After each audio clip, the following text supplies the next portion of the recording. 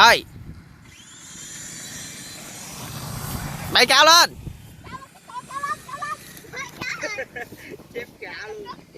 Đẩy cho nó cao lên đi. Đẩy nó cao lên là nó rớt xuống là hư luôn á.